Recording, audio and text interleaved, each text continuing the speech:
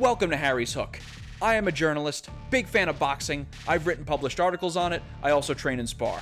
We're back on Spence versus Crawford, and this is going to be a relatively quick video on something that I think many of us may have forgotten about, but I will tell you what, Errol Spence and his team better not have let this slip their memory, or Spence may be slipping into the sweet abyss of unconsciousness.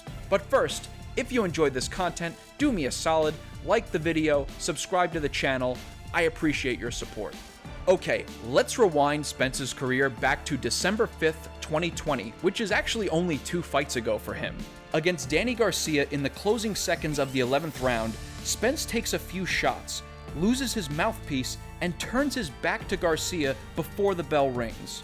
Now look, it's a fight. This kind of stuff's gonna happen. Mouth guards get knocked out, but you've gotta stay focused. You've gotta protect yourself at all times.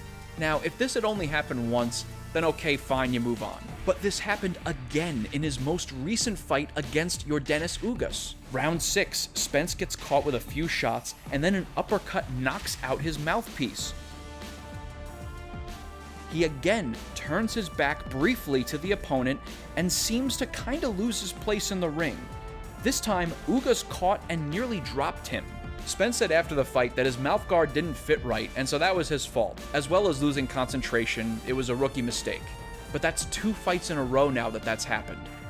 He said he would get a new mouthpiece, and I hope that he did. But look, even if it does pop out again, he needs to wait for the ref to call time and break them up before he can let his guard down, because he absolutely cannot afford to make a mistake like that against Bud Crawford, because he will take full advantage of it. And that right there is Harry's Hook.